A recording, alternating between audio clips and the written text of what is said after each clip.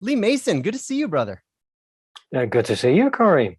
Well, I'm thanks for having really, me on. yeah, absolutely. I'm really excited to have this conversation with you. We were just chatting in pre-show about the fact that this is actually the first time you and I have hung out online. I mean, we've had a lot of communication with each other over the last, I don't know, year and a half, 2 years or so. But this is the first Yeah, time we've had an actual face-to-face meeting, and yeah, I'm just really glad to be here with you. me too, me too. Yeah, we got a few things that we want to talk about today. First off, one of the things I want to talk about the most is really just you. I really want, our audience to have an opportunity to get to know you better.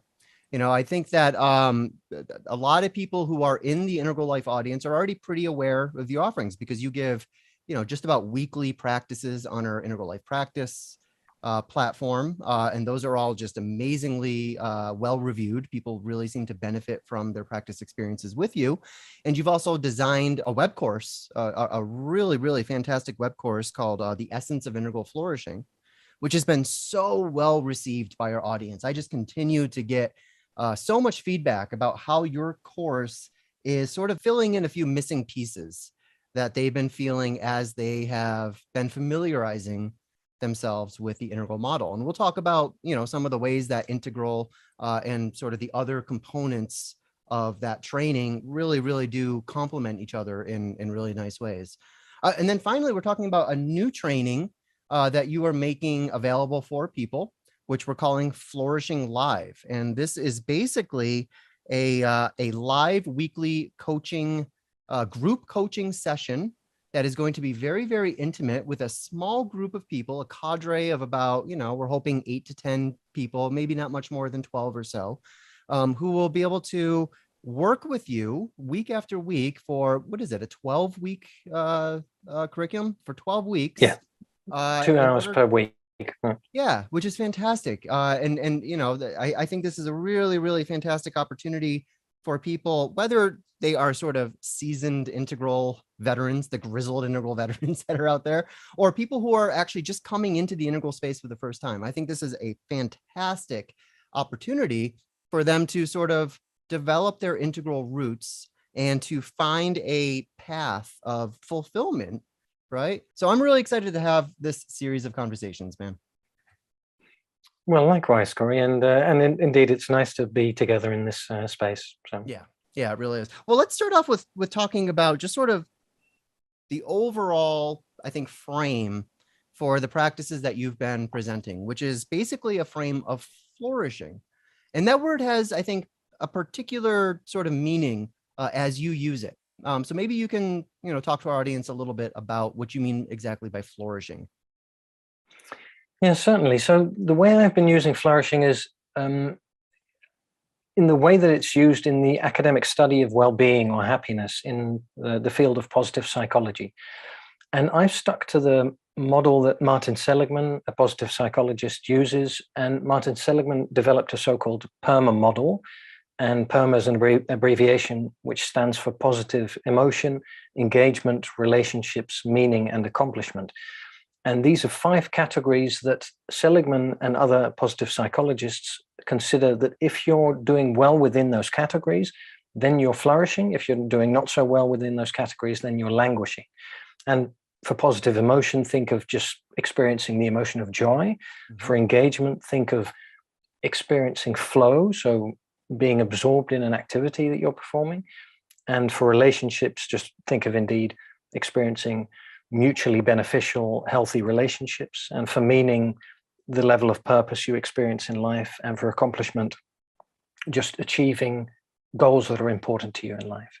So those are the 5 categories of the Perma Model. And within that context of flourishing, indeed, I've also been suggesting that if we look at the integral model, then we can use the concept of flourishing and expand it across the quadrants, within the intelligences, of course, within levels or stages, within types and within states.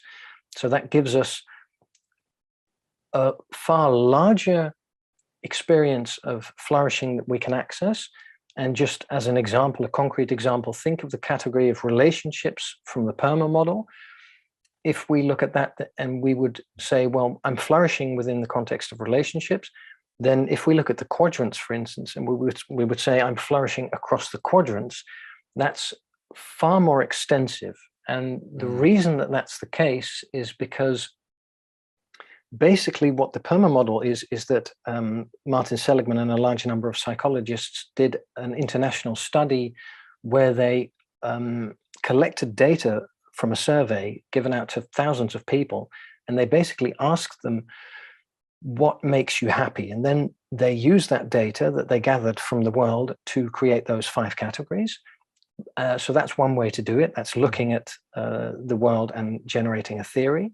But with integral theory, of course, Ken Wilber and other integral philosophers basically work from the other way around. They say, okay, let's take reality as the entirety of reality as a whole, and how can we comprehend it, and how can we create models that reflect the complexity and the nuances of reality. So what we're doing with the Integral Flourishing project is basically saying, okay, let's take that concept of flourishing that that has arisen out of the positive psychology and apply that to integral theory so that we can flourish in ways that positive psychology actually doesn't even see because of the limited psychological lens. Right. Beautifully said. What I really appreciate about that frame is that, these qualities that are described by the Perma Model, positive emotion, engagement, relationships, meaning, and accomplishment, these are capacities that are often sort of, when you come into Integral for the first time, you read Ken's work, these are often capacities that are pointed to as something that is going to naturally be enhanced the more familiar you get with integral, with integral theory, integral living, integral practice, the integral lifestyle in general. But the problem has always been for a lot of people, well, you're not exactly telling me how, right? You're telling me I'll have deeper relationships. You're telling me that I'll have a greater sense of meaning, that I'll have a greater capacity to engage with the world. But there's not a lot of sort of connective tissue in there in terms of how do I get from here to there. And what I really like about combining these two models, I mean, as you kind of say, integral feels almost like an outside in sort of synthesis of all, let's take everything that we know about reality, put it on the table and figure out where the patterns are and distill sort of a framework out of that. And then Perma is kind of taking the opposite. It's sort of more of an inside out approach. Like, let's actually ask people to report directly what produces happiness for you in your life right now in the moment. And these can be sort of more, ordinary express. I mean, all of us have a, all of us are seeking meaning in various, ways in our lives. And, we make the claim that integral is going to help you discover that meaning. But I think combining sort of the perma practices with the integral framework is really what liberates that entire path. And I think that's super, super appealing for people. I often think about it as like integral theory is sort of creating a container, and perma, and especially the way that you are teaching these things is kind of filling the glass, right? So now we have a container and we have the contents of the container to enjoy. And I really, really have been enjoying that marriage between integral and perma. And the other thing I want to say is that, perma, as it's usually presented in positive psychology, I mean, obviously these are practices and techniques that, can be hugely beneficial and create a lot of fulfillment for people, really, regardless of where they are in their development. But there's something about applying it at these integral stages, at the teal and turquoise altitudes, which, as you say, it really seems to be firing on all cylinders in a way that is maybe a little bit necessarily diminished when it's enacted by previous stages. So that's a really, I think, interesting marriage of these two models. Yes, well, thanks for the kind compliments. And actually, your sentiment was also one of the reasons why I got into this work, is because I'd be listening to, for instance, Cosmic Consciousness, the Tammy Simon interview with Ken Wilber, and Tammy would ask really interesting questions, and then Ken would give one or two concrete examples, and I would think, but what about the other examples? And I would think, and sometimes I could sort of piece together what the other examples would be from, for instance, within the context of states. Then Ken would give an example, for instance, for the subtle state and the gross physical. And I would think, okay, but then what about the the causal, the non-dual, and the witnessing state. How would it work for that? And I think, like you're describing, one of the things that I like to do is to turn theory into practice. And as you know, of course, I have a background as a physical therapist and also as a teacher at the University of Amsterdam, and as a coach. And I think one of the things that shines through all of those activities is being engaged with another person, seeing where they are, and then seeing where they would like to be, and then plotting the course between where they are and where they would like to be in a way that they can break it down into manageable action steps, and then to get going and to encourage them to achieve their goal. So, I mean, with physical therapy, it's very very clear, because the example is, for instance, someone suffers from tight muscles because they're working in a posture, with a posture behind a computer that's not conducive to health. And then you basically well, precisely, that's something, of course, especially with the lockdown and the increasing number of people who've been working at home without ergonomically appropriate chairs and desks, and have been experiencing a larger number of complaints. And then, of course, that's the situation that you're experiencing. And then where would you like to be? Well, in a situation where you're not experiencing any muscle tension or joint pain. And then, of course, you see, okay, what's the solution? And then you look for postural exercises for adapting your work environment, and then breaking that down into manageable steps and making it measurable, and then making sure that someone can reach the end goal. So that's a very practical example, but you can do that in any situation if you know what you're trying to influence. So, for instance, one of the things I've also done with people is, for instance, to make a sort of a measurement of the depth of their meditation practice. So to categorize where they are and what they can experience, what the quality of their experience is. And these are then people who want to deepen their meditation practice. And then, for instance, to design a pathway to get to a deeper meditation practice, and then think of exercises that people can do to achieve that goal. So it's not just indeed working in the physical; it's also working in within the causal, within the all sorts of other all the realms, all of the realms. All the realms. Yes. Beautiful. Well, and I think the other point that you just highlighted that's really appealing to me is this marriage between, we'll just call map and territory.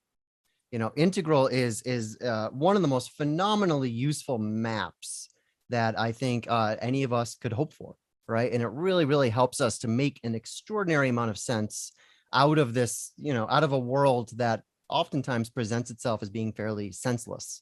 And there, I think, is sort of an intrinsic capacity for meaning that comes through that, right? Just the ability to see these things kind of for what they are, and to have a sense of how all the different pieces of the puzzle might fit together into a greater picture. And yet so much of that oftentimes, kind of leaves us out of it a little bit. It leaves us out of the story a little bit. It's sort of like, I can see how, this reality kind of comes together in a seamless sort of way, but where am I in all of this? How is this actually impacting me in my body, in my heart, in my mind, in my spirit, etc.? How can I actually participate with this beautiful sort of comprehensive wholeness that I perceive out there? And yet when I look within, Jesus, I feel so kind of splintered and fragmented. And I feel like, this world is kind of trying to pull me in 1,000 different directions, particularly once we add in sort of the political layer and like, oh, now there's a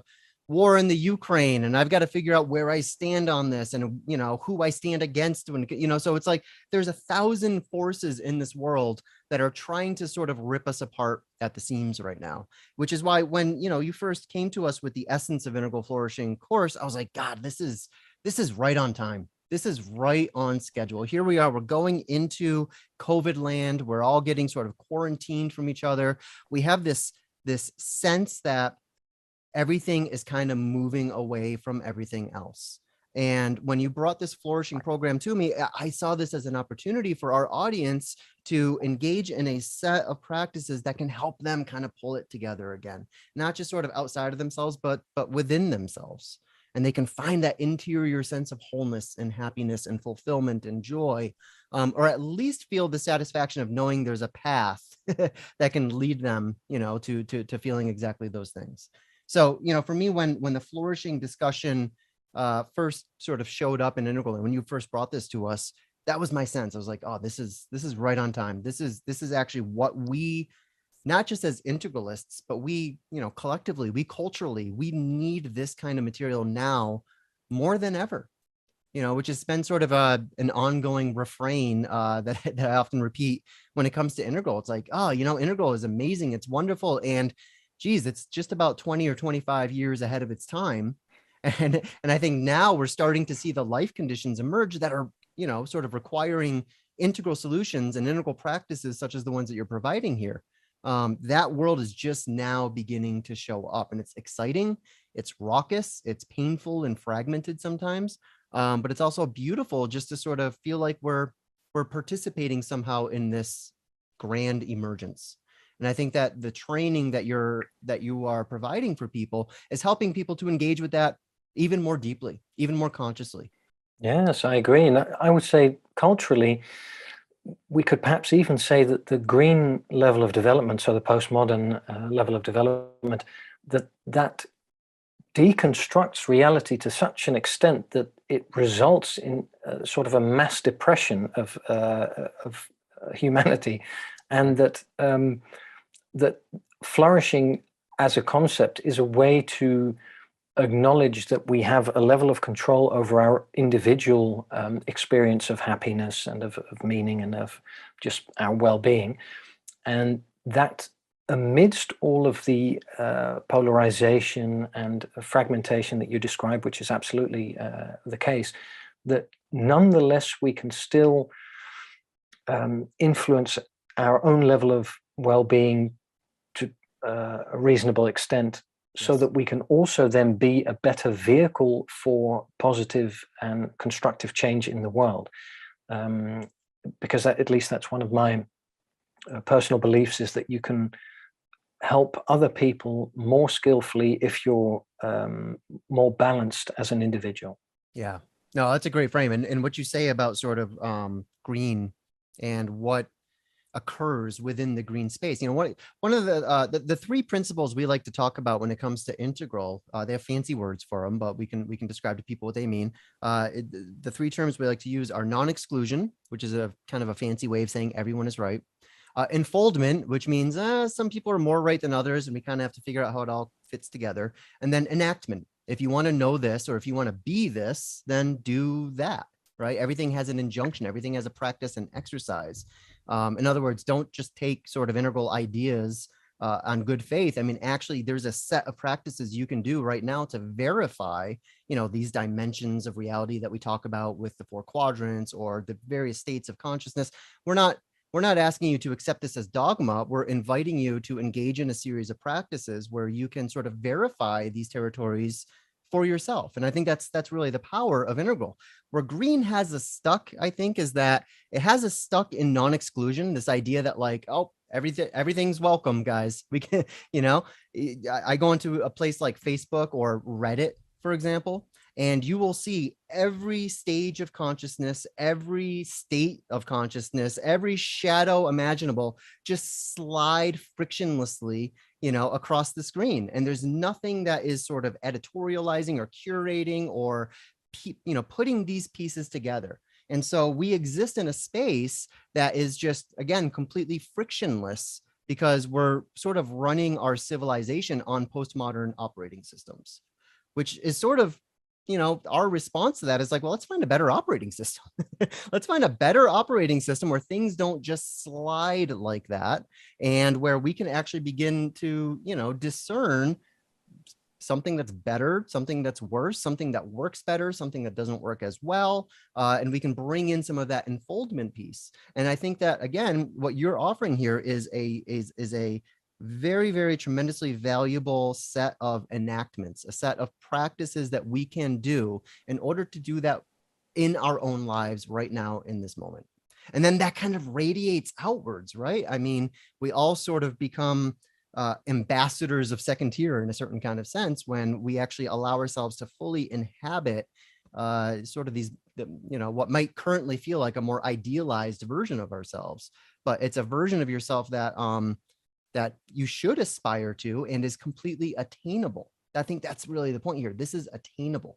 You can experience these things. You can grow up. You can wake up. You can clean up. And in fact, here's a breadcrumb trail of practices that are going to help you do exactly that.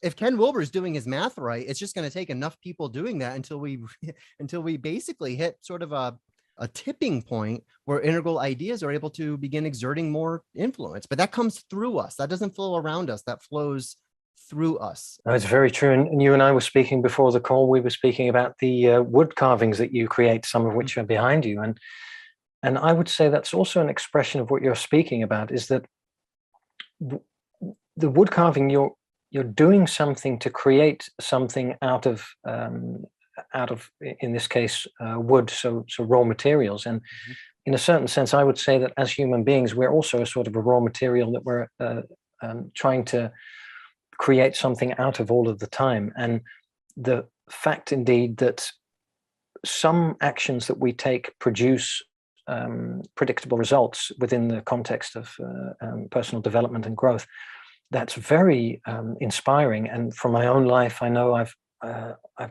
adopted all sorts of routines to make myself better in all sorts of ways. And I know from other people who've done this, from coaching clients, from students. And so as you say, indeed, a better self is absolutely possible, but it does take a lot of investment in time and in effort, and also in courage. And at the same time, I think it's also good to keep in mind that from an integral perspective, working on the self is not the end goal. So basically, we're from an integral perspective, we could say that there's relative and absolute reality, and that within the relative realm, we're individuals and we work on ourselves to be the best individuals that we are. And from the absolute reality perspective, we're all waves rising from an ocean of unity, and we're falling back into the ocean, then rising again. And so that's something that, for instance, if we look at those two models of the Perma model and the integral model, the Perma model doesn't see that perspective, and the integral model basically says that that is the most fundamental perspective. And that's why, for me personally, for instance, the integral model has been so helpful, because in my own life I had an experience of unity awareness that the integral theory made space for, and I couldn't find anything else really that could make space for that experience of non-dual awareness, and for the experiences of being an individual in the world and having all sorts of conflicting emotions. And so again, I would say that this is an expression of why the integral model is so beneficial, because it creates a space that is so expansive that anything that we experience and everything that we are fits within it. Yeah. Oh, that's all beautifully said. So two things. First off, I'm always a sucker for a woodworking analogy, so I really appreciated what you did there. and you actually, I mean, you sort of described my interior process. I mean, for me, what got me into doing this kind of work in the first place was, I've been sort of in the integral space now for, almost 20 years now. It'll be 20 years, I think next year or the year after, something like that. It's been a long time. I sort of grew up in integral. And for so long, so much of this stuff, has created an incredible amount of value for me, obviously, personally, or else I wouldn't be here this long. And yet, by the nature of my job, it's very, I work on a laptop all day. I'm sort of pushing ideas around on a computer screen. It's all just zeros and ones. And there wasn't that sense of, I want to create sort of an artifact that can embody this, that can actually, take this out of the causal into the subtle and press it into the gross. And I think that's a wonderful metaphor for exactly what integral life practice is doing. We're able to take these ideas that are just, oftentimes when we're first getting familiar with it for the first time, it feels like it's kind of floating, right? It feels very abstract. It's like, I got to pull this down into myself somehow. And that's why we practice. We practice in order to inhabit from the inside out, these ideas and to really make them flesh. I mean, to push them into the bone, right? So that they can then radiate up and out through our actions and our behaviors, our intentions, and the ways that we connect with each other. And that's the second piece I want to talk about real quick. You made a really, really good point about how oftentimes we engage this stuff, any spiritual teachings, trainings, etc., as individuals. For example, on Integral Life, we have a whole series of self-directed courses. Yours being one of them. Purchase this course. You can go through it at your own pace, at your own speed. You're doing these practices by yourself. And that is tremendously useful. I'm really, really glad we make those opportunities available for people. But there's also something kind of missing from that, which is this community experience.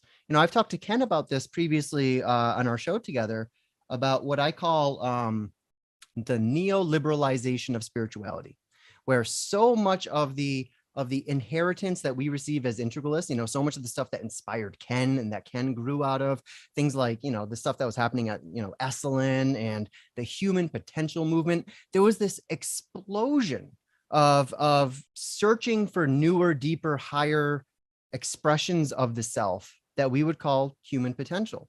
And unfortunately, right from the beginning, a lot of that started sort of turning a little bit hyper individualistic, where sort of human potential then became, for example, like the self-help movement in the 1980s, which was like, oh God, I'm feeling all these anxieties now because I know about all these potentials that I can't live up to. And now I feel like shit about myself. So I need a whole bunch of self-help work in order to, kind of relieve my anxieties. And then in the 90s, that sort of turned into, in the zeros, the aughts, that turned into sort of like, human potential movement kind of turned into like the personal efficiency movement, inbox zero, things like, again, all very individual focused, which is great because the individual is an instrument of spirit, and we all want to do the work to tune our instruments. That's always going to be really important. But what gets lost in that, what really gets lost that I think is tremendously valuable, is this community experience.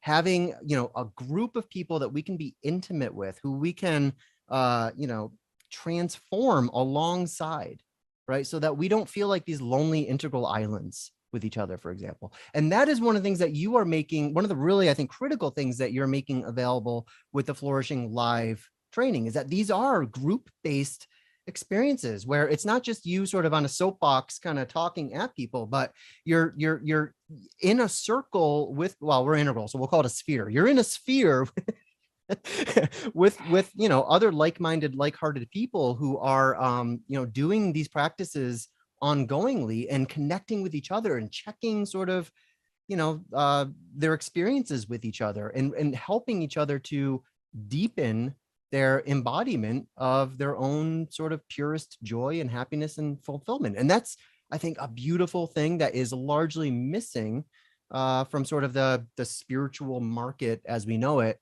today. That's very true. And I think you point to the most valuable thing indeed about the Flourishing Life program, and that is the people who engage in it. So I see my role and my responsibility as a facilitator as basically to create a space within which people can connect with each other at a very fundamental level. And any of the people who've joined my Integral Life Experience sessions will indeed know that I try to formulate questions and exercises that can help people to connect very profoundly with each other, and my experience has been of the integral community of people who've joined the integral life experiences, for instance, that it's such a benevolent and high-minded and big-hearted community of people who are really willing to be vulnerable and willing to make space to listen to other people and to hold other people when they're experiencing challenging emotions, or when they're going through something difficult. So what the Flourishing Live training program is mostly about is indeed creating that space, and then directing attention towards, for instance, obstacles that people experience when trying to flourish as fully as possible. So identifying where people can gain in their life, where they can have positive results, and then indeed identifying, okay, what can people do to progress from one particular situation to the next that they want to be in. And it's very customized in the sense that within these groups, because I've done these groups previously many times, is that we're looking at the individual goals that people have. So we're looking at what do they want to achieve, and the training is therefore very customized, and people tend to help each other to achieve the goals that they formulate. So one of the things that we'll be doing is we'll be creating tiny buddy systems. So that's people are just basically in pairs or in groups of 3, and they're invited to encourage each other to achieve their goals. And sometimes there's a lot of life wisdom that gets channeled within these groups, where people are able to ask questions to other people which really open up their perspectives or really help them to traverse a particular challenge in life. And so I would say that what you pointed to, the value of the group, that is absolutely fundamental. Yeah, I think people really, we've seen this with our Integral Life Experience platform. I think people really, really light up when they feel like their particle is becoming a wave in a certain kind of way. Again, they're no longer sort of these lonely integral individuals, but they are now part of a field. And when you're part of a field, you feel supported. I mean, you really do. You feel like you can, there's a part of you that can almost rest in that support. You can rest in that field. And, I think that's actually really, really important for sort of the integral overachievers, of which I think you are certainly one. Who's always sort of, going forward and moving forward and creating new things and transforming ourselves to new levels and new stages and new capacities and new talents and all of that. There's something really, really rewarding about finding, what we call a community of the adequate, and just being able to be yourself, just being able to, momentarily descend and rest in that field. It's so nourishing. It's so, it nurtures our ongoing growth and development. I mean, it reminds me actually of the old Integral Institute conferences that we used to do, which were always like very hyper focused and, very cognitive, and people were just, getting a torrent of information poured into their heads. And then we'd bring someone in like Sophia Diaz to lead like a rest and relaxation module where people just melt into a beanbag chair. And somehow that helps all the stuff that they've been doing cognitively to like click into place, just to feel that shared rest together actually help them grok the material and inhabit it that much more deeply. So I think that's, one of the huge advantages of having a sphere of support like that. So that's, I think, a really, really important aspect of what you're offering here. Absolutely. And Corey, I think that's a very valuable addition, what you just said, because as you know, my personality type is within the Enneagram personality type system is predominantly a type 1, which is very action oriented.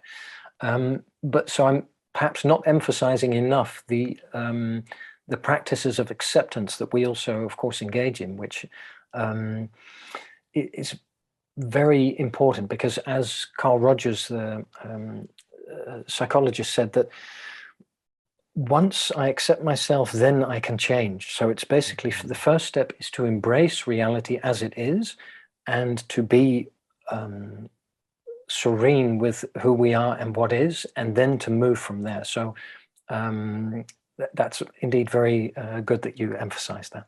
Well, see, I'm an Enneagram Type 4, so I'm just like, whatever, guys, anything, anything goes. I can ascend when you need me to ascend. I'll do, but I just kind of want to rest and hang out here. that's my type. One of the questions I had for you, because I think it's relevant to what we're talking about right now, is, again, we have a very diverse audience. It's a global audience. There are members of Integral Life from, I believe every continent on the planet except for Antarctica. I don't think we've made it to Antarctica yet, but we're working on it, guys. We'll be doing outreach projects to Antarctica very soon. But we have members on all the other continents. It's a very, very diverse crowd, and their familiarity with Integral itself is sort of all over the spectrum. There are some people who have been studying Ken's work inside and out and everyone in his bibliography for the last 30 years, and they see Integral Life as sort of a home base for them. And then there's other people who are really just kind of taking their first steps into this world, right? Or beginning to learn the integral ideas for the first time, learning about these stages of development and what have you, and are really trying to find a way to grow up into this integral operating system that we often talk about. So one of the questions I have for you is, as people are dealing with their own ongoing growth and development and all the growth pains that sort of come with that, do you think that this sort of integral flourishing training can actually help in a way sort of accelerate that development and maybe stabilize it once they start sort of hitting their stride? Well, I do think so. Given the, it depends, of course, on the goals that people are striving to achieve. But one of the things we discussed already is the effect of time, and spending time in a group of people who are geared towards personal development, but also, of course, embodying unity awareness and embodying spirit. That is very powerful. And to spend 24 hours, so that's 12 2-hour sessions in such a group where you're being invited to be your highest self or your best self or your deepest self, however you want to classify it, but you're really being asked to show up as fully as possible with everything that's attached to it, because of course, as we said, we're all works in progress all of the time. But that is a very powerful sphere to be in. So I would say yes. And again, the people who are in the group are encouraging themselves and the other participants to show up. So that's also a field in which many things are possible. And I recently received a message from a person who attended a program like this a couple of years ago with me, and she wrote to me and she said, well, it's been a year now after I followed the program, and I wanted to let you know that the relationship with my mother has transformed into what now feels like a karmic relationship, where it's meaningful in a very profound way, while beforehand it was felt more like an unwelcome burden. Oh wow! And that's I mean, that's very deep, and that's amazing. I thought so too, and I was very pleased, of course, that she let me know. And that's one of the things that can come from a space in which you take a perspective on relationships that is indeed integral, in the sense that you look at it not just in this moment, I'm having a relationship, but you look at it with all of the cultural and historical influences that are working through you and through the other person, that you look at basically that you're both expressions of spirit, or that you're both waves in an ocean, so that tends to decrease any deeply felt hostility, for instance, because if you feel that you share the source of your being with another person, then you can typically move in ways that you perhaps couldn't before. And I would say that working within the context of integral theory and flourishing allows us to identify areas of your life where you want to experience change, or at least where you want to grow and develop, and then to open yourself up to the possibilities. And within the sphere that we were speaking about with people who are all attuned to that, well, to their best selves, Mm-hmm. things do become possible that beforehand did not seem possible. That's a really gorgeous story. You know, it just sort of reinforces this perception that I've had that, you know, particularly with your work, but, you know, we can even expand this out to integral just in general.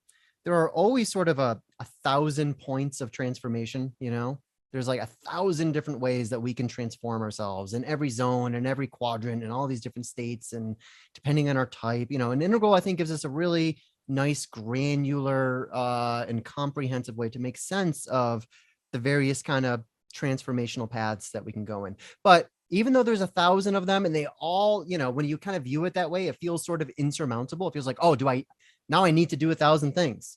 Well, the point I think that you're kind of bringing here is that any one of those 1,000 points of transformation can completely change a life. They can completely change a life. I mean, you take this one pain point, like I've got, you know, negativity in my relationship with my mother or whoever, my romantic partner or my job, my boss. I mean, any number of relationships. And this is just one, you know, leg of the Perma model we're talking about here, right? You change that one thing and you can actually, it's like it compounds, the transformation compounds. And what I like about the way you teach this stuff is that it's very goal oriented. And these goals aren't like, I want to go from 0 to bodhisattva overnight. I mean, it's, you know what I mean? It's a series of steps that we can take so that once we're kind of headlong into the process, we look back behind ourselves, we can see how much progress we've made in a relatively short amount of time.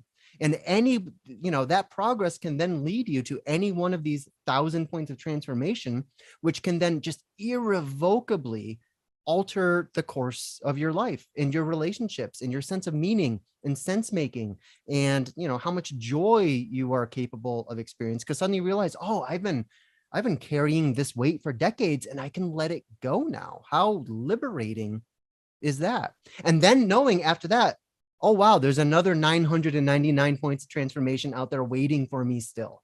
I mean, how spectacular is that? I relate to the Integral Life archives the same way. I'm like, man, we've been producing content for like 20 years. We have so many conversations on there. It feels like I usually describe it, it's an embarrassment of riches, right? I can't actually communicate to people how much amazing material is in those archives when you, especially when you look at it as a whole. And any one of these dialogues can change your life. Any one of them. I can't predict which one it's going to be, but any one of them can sort of get its hook in there and, you know, pull you forward, pull you up, whatever preposition you want to use here.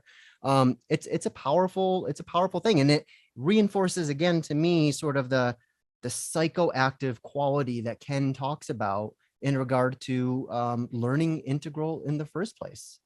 You know, it's like once you see this stuff, you have no choice but to directly engage with it and to participate with it and to, you know, try to take it within yourself.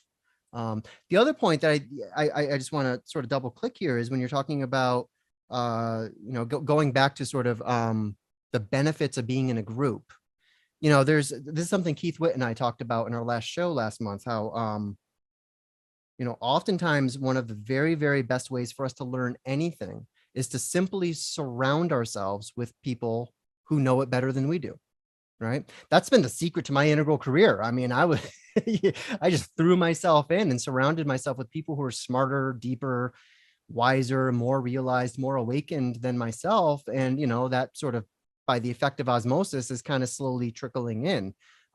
It's the same thing as like, you want to learn a language. Well, here's a book. You can read this book and you can try to study it yourself and see how far you get.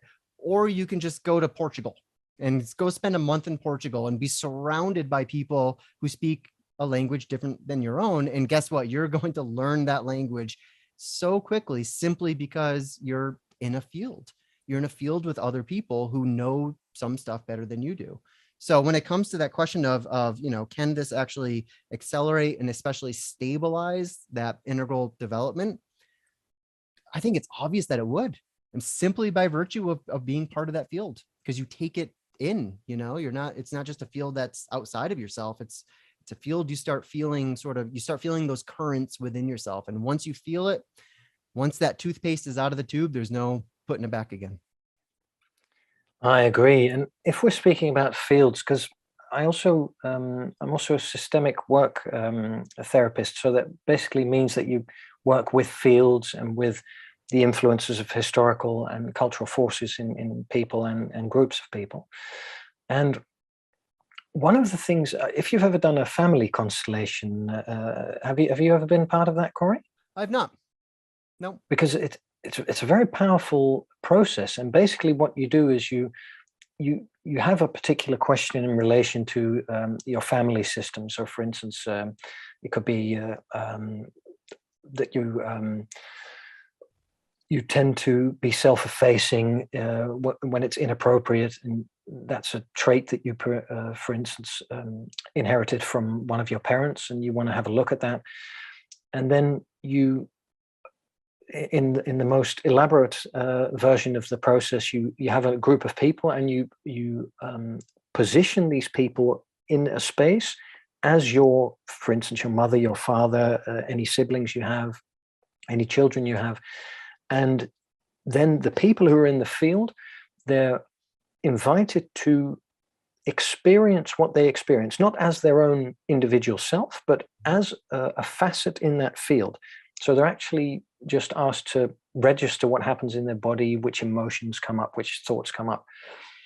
And if people are able to channel basically what the field arises or allows to arise in them, then the person who is requesting this process, they get very specific information that helps them to basically to transform their perspective of their family system. And why I'm saying this is because one of the ways we can interpret this is that we're externalizing our internalized perspective of our family system. We're making it visible. We're asking people to position themselves, and what they're giving back to us, we then internalize again. And that process of making something external, doing an intervention, then internalizing it again, is also the process that we do indeed with this work in the Flourishing Life training. Is basically where, and that's what relates to what you said, is that within a group of people who are practitioners, you can reach typically a much deeper level of meditation, for instance, or of self-reflection than you can do alone. So there's a sort of a group effect. And in that group, if you're invited to be your best self, then typically within a group of dedicated practitioners, you'll be able to be a deeper version or a more balanced version of yourself than you are in your own individual life. And that is then externalized in the group, because you can witness it, and then you can internalize that and use that as your role model. So basically it's a projection of your best self that you get in the sphere of adequate practitioners. And then you can use that as a reference point in your own life to aspire to, knowing that it's within you. So it's a sort of a horizon that you can use in your own life that you gather from a group experience. That's gorgeous. It's one thing to sort of, tell people, come from your highest self, speak from your highest self, but to then be, again, in a field where that highest self is then being reflected back to you that's huge. That's absolutely huge, because otherwise it's like, oh, geez, am I just faking it until I make it? I don't even know what my higher self is. But then you see it kind of beaming back at you through someone else's eyes. And again, you can surrender to it in a certain way. You can relax into it. And that's really gorgeous. The family constellation stuff sounds really critical. I'm the father of a 9-year-old girl, which means I am constantly, implicitly, I'm asking myself all these questions. What are sort of the patterns that I've inherited consciously and unconsciously? from my own history, which of those patterns am I, just sort of repeating, right? Which of those patterns am I overcompensating for and kind of going just as pathological in the other direction? I've got a few of those too. And so, what you're suggesting is like, well, here's sort of a way to make explicit the process that a lot of us are already implicitly doing just by virtue of like, here's my life condition. I have a family. I've got a 9-year-old girl. I'm terrified about the next 10 years of her growth and development in this culture. How do I make sure that I'm not sabotaging this, in ways that, maybe I hold on to resentments from my parents sabotaging my own growth and development? How can I let that go to the point where I can cultivate the presence and the patience and the compassion, but also sort of the directness that's required to raise a child properly? So I think it's another example of a goal-oriented series of practices that can help us become more effective in whatever sphere we're talking about: parenting, romantic relationships, career, just a general sense of what we often call integral ikigai, the sense of like, how am I kind of pulling all of this together into a meaningful vocation where I feel like I'm contributing something to the world? I mean, all of these sort of, again, it's 1,000 points of transformation. And the family constellation is just another one of those points that can really, really light people up and not just alter the course of a single life, but in this case, alter the course of multiple lives coming out of this family. I mean, Absolutely. this is the power of Integral, is that it's not just sort of navel gazing self reflection and all of that. It's allowing all this work that we do on ourselves, all the work that we do with our cleaning up and waking up and growing up, which is all very interior, but then allowing it to spill out of ourselves and spill into the other quadrants and spill into the lives and the hearts of the people who we love the most. And that takes, just like everything else, that takes practice. Absolutely. And I'm actually very interested in the next generation of people who are being raised by integral or integrally sensitive parents, because what you're describing in how you're reflecting on your own behavior towards your daughter and the patterns that you're perhaps projecting onto her and things like that, it sounds like what Roger Walsh would call a sort of a wisdom question that you have to ask again and again and again because there's no definitive answer. Yeah. And it sounds as if the way that you're approaching that is very integral, in the sense that you're aware of many of the components that are influencing the interaction between you and your daughter, and you're trying to be as ethically pure as possible in your attitude and your approach, which I think, at least to me, it sounds as the most preferable approach that I know of. So I would say that's integral parenting in vivo. It's just you're doing it, and I think the reflection process is the practice, because I don't think there are there are answers that are definitive indeed. Right. No, I'm really curious to see what the shape of the integral kids, what their generation is going to feel like. I think they're just going to rebel from us in really funny ways. They're all going to become like Christian fundamentalists or something. I don't know. No, but it does fascinate. Like, for example, I've got my daughter in cognitive behavioral therapy, right? Which is something, as an integral parent, I can use this as an intervention for various challenges that she's facing right now. And when I tune into like the tool set that she's beginning to learn as a 9-year-old, I mean, these are tools that I began learning when I was like 32. I mean, some of them I'm still trying out for the first time. And, this is being sort of offered to her just right from the very beginning. Like, make these practices, make mindfulness, make, inner coaching, inner critic, all of these sort of, cognitive behavioral techniques, make this part of your substrate right from the very beginning, because that is going to help her navigate the next 10 years of adolescence into early adulthood. And then as she sort of becomes a fully fledged individual herself, she's going to be she's going to benefit greatly from sort of the foundational work that she's doing right now. And the fact that kids can hang with this, and that integral parents are able to sort of identify these things as appropriate interventions to bring to their kids, it's going to be a really, really interesting generation. And all the kids that I've seen, Rob Smith's kids, Stuart Davis's kids, obviously my kid, because she's freaking awesome. But all of my friends' children is just, there's something a little bit different about them. There's an intensity and a playfulness and just sort of a natural joy in these kids that is gorgeous. It's absolutely gorgeous. So I too am looking forward to seeing what that cohort looks like, maybe 10 or 15 years from now. Interesting. And the rebellion thing, I mean, even though many kids, of course, do rebel, especially as adolescents, what tends to happen in later life is that they then return to or they tend to return to something that approximates their parents. So I think it's setting you're setting your daughter up for, at least later in life, a very healthy and balanced attitude towards reality.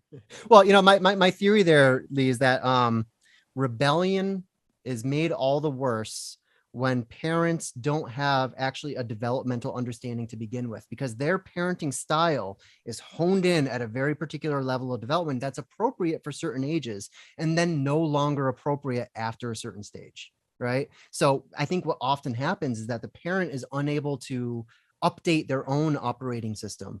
And then that creates sort of a bad fit.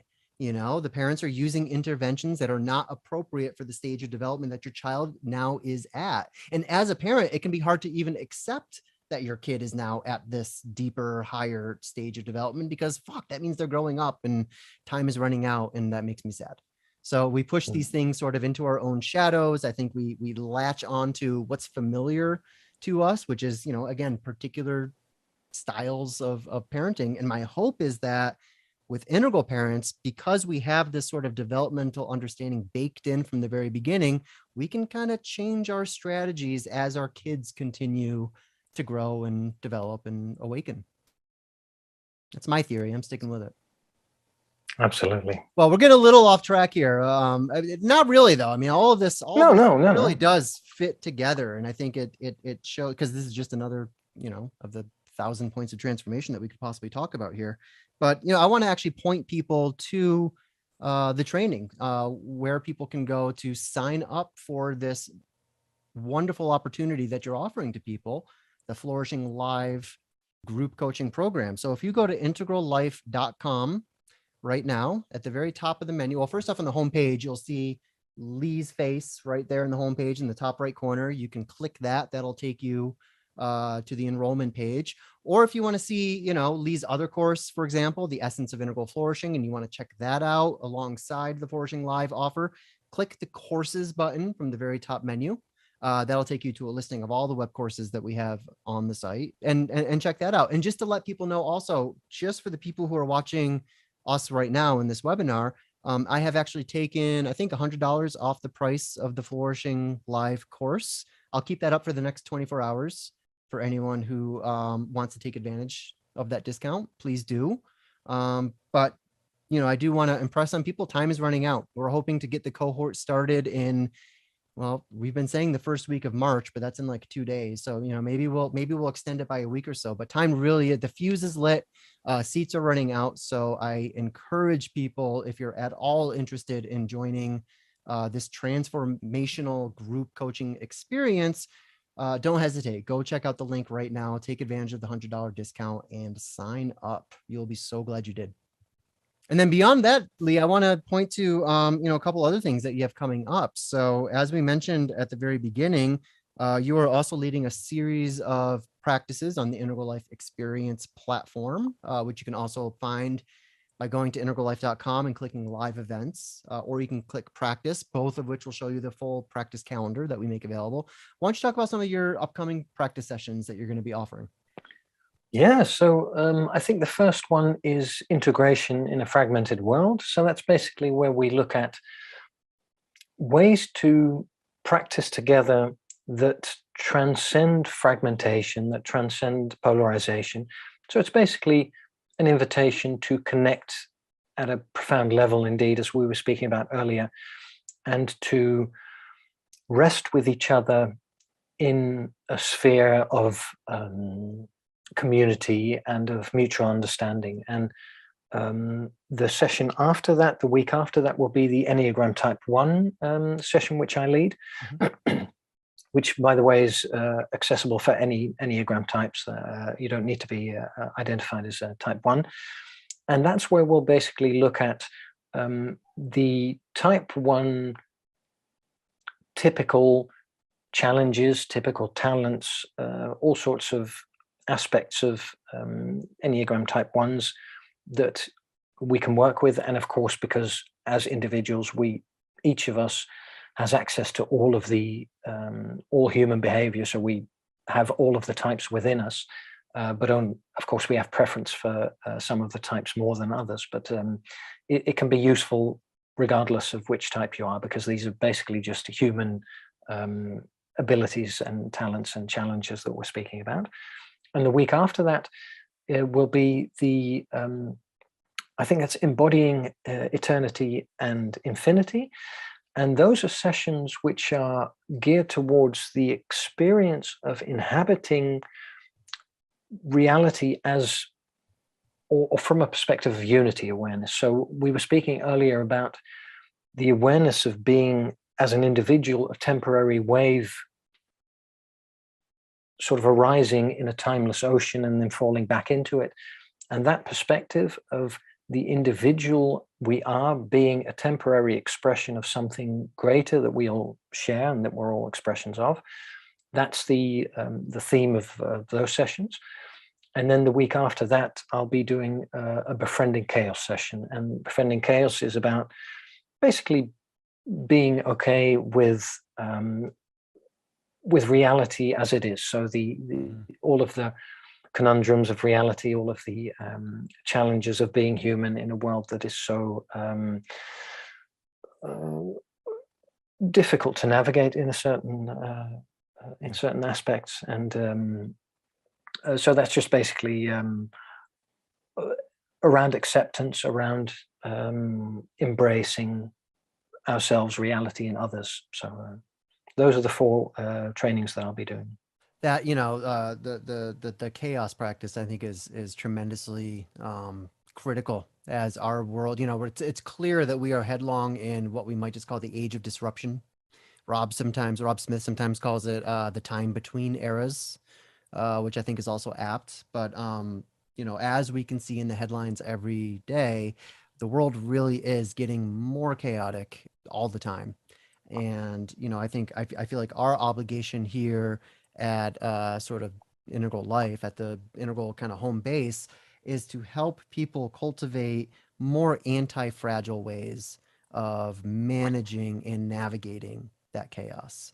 Because when we allow chaos to overcome us, to overwhelm us, to further fragment us, or to give us a sense that our contributions are more limited than they could be, that's actually a form of fragility. And I think that anti-fragility, particularly an integral anti-fragility, requires exactly what you're saying, a befriending of chaos. Because there's actually opportunity to flourish within that chaos.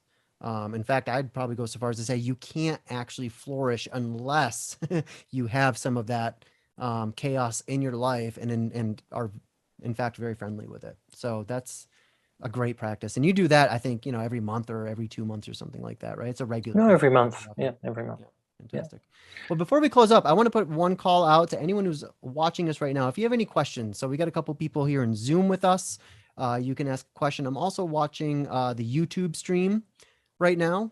So if you have any questions, you can feel free to put it in the comments in the live chat. Lee, while we are waiting to see if people have questions, sometimes they do, sometimes they don't, that's fine too. But while we're waiting to give people an opportunity to submit questions if they have them, is there anything else that we want to say about this program, or about your upcoming practices, or just, about how much fun we're having hanging out together today? Well, no, that last is absolutely true. And I was struck by the way that your eloquence and your channeling of integral theory is it's very inspiring to me. And I occasionally I read the messages and conversations on the Integral Life platform, and sometimes they get really vitriolic between people. And I've noticed that you're always able to navigate the vitriol and to emphasize the value of both perspectives that are engaging each other. And it's like what Jeff Saltzman does in the Daily Evolver. It's the ability to make space for disparate views. And I would say that's also something to do with anti-fragility. That's being able to hold multiple views, even if you don't necessarily agree personally with the views that are being espoused. So for me, it's very very pleasant to hear you channel back to me what your perception is of what I'm doing, because it's so spot on that it's very nice to hear from someone who is so well versed in the integral theory and of course also positive psychology, to hear that that we resonate very deeply around these topics. I appreciate that, man. Thank you. That was a nice. I felt the heart blast right there. I felt your highest self reflecting my highest self back to me, and I hope I'm able to provide the same for you, my friend. Well, yes, absolutely. And one practical thing that I just wanted to add is that people do not need to have completed or even followed the Essence of Integral Flourishing course, the online course, to join the Flourishing Live training program. I mean, I was thinking of sort of an analogy for this, but we'll be using the Perma Model and the Integral Model in the Flourishing Life training, but we'll do it in ways that you don't need any prior knowledge. So the analogy that I came up with was that it's as if we're coming together in an illuminated room. So there's light already, but if you follow the course, you have an extra flashlight and you can sort of shine and illuminate some extra bits that because of your prior knowledge. So that's not necessary. And no, that was the only practical thing I think that I still needed to emphasize. Yeah, no, thank you for adding that. We mentioned earlier that you don't need it, but I'm glad that you sort of fleshed that out a little bit more. People made that more clear, because I don't want people to feel like they have to sort of buy both or nothing or what have you. So yeah, thank you. I don't see any questions yet, but we have a couple really nice comments, which I can read. So Jared says, no specific question from me, but I just wanted to thank you both for a beautiful conversation. Thank you, Jared, for saying so and for tuning in today. Thanks, Jared. Someone on YouTube says, family constellation therapy is very powerful. One of the most powerful modalities I've experienced. Fantastic. I'm glad that has been beneficial for you. Someone else says, merci beaucoup for today's broadcast. Excellence. Told you we were international. Yeah, I think that was Faith on YouTube. Thank you so much. Yeah.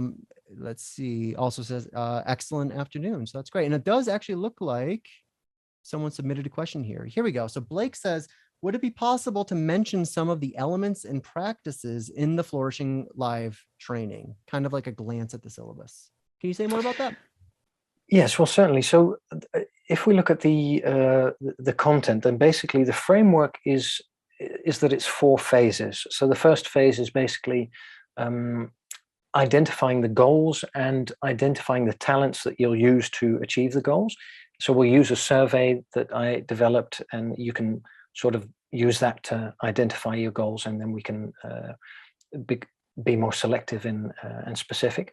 And then the second phase is basically identifying the obstacles that are perhaps making it difficult to flourish, and also seeing, okay, what's the journey that you would like to make from where you are now to where you would like to be.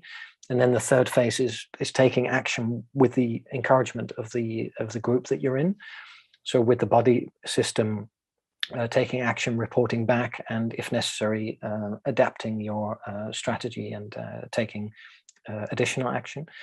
And then the fourth phase is basically developing routines and habits so that the goals that you've achieved stay achieved throughout time. So that's basically the overarching framework. And then we'll also be doing a large number of exercises. And one of the main exercises that we'll do is an exercise developed by psychology professor Tal Ben Shahar. and it's called the Mps process, and that's it's an abbreviation of meaning, pleasure, and strengths. So it's basically looking at the overlap between what gives you pleasure, what gives your life meaning, and what you're good at, and then to look at, okay, what does that mean for you individually? So we'll work then with each of those three domains, and you'll be asked to reflect on the overlap for you personally, and to say something about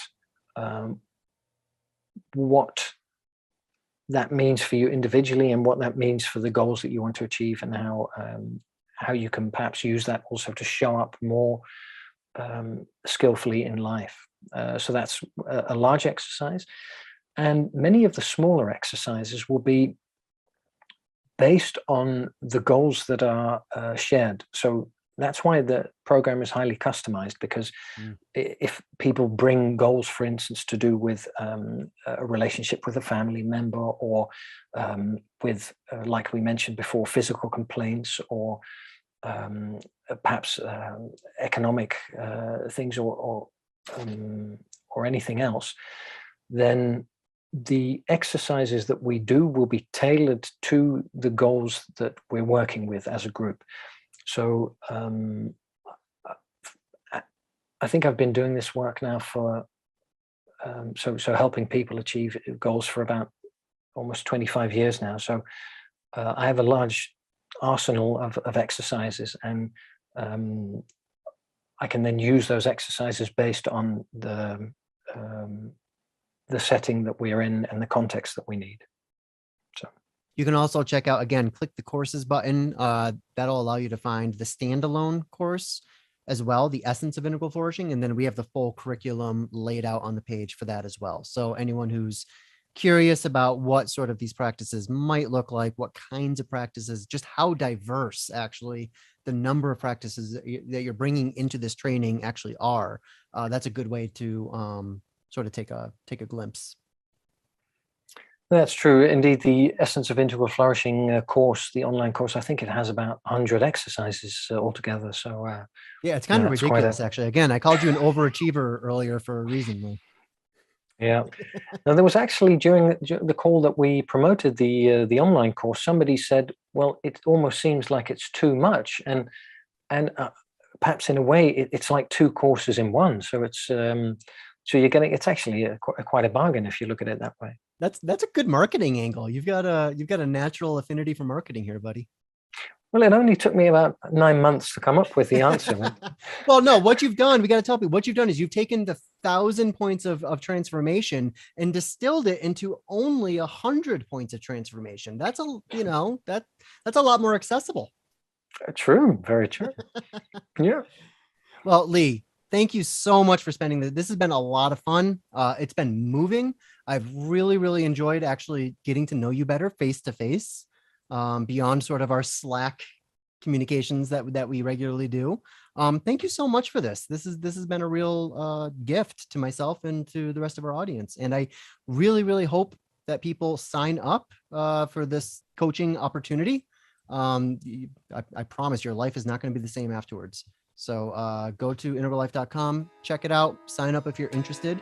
And Lee, just thanks again, man. Well, thanks to you, Corey, for having me. It's been wonderful. All right, everyone. Thank you so much. And we will see you next time. Take care.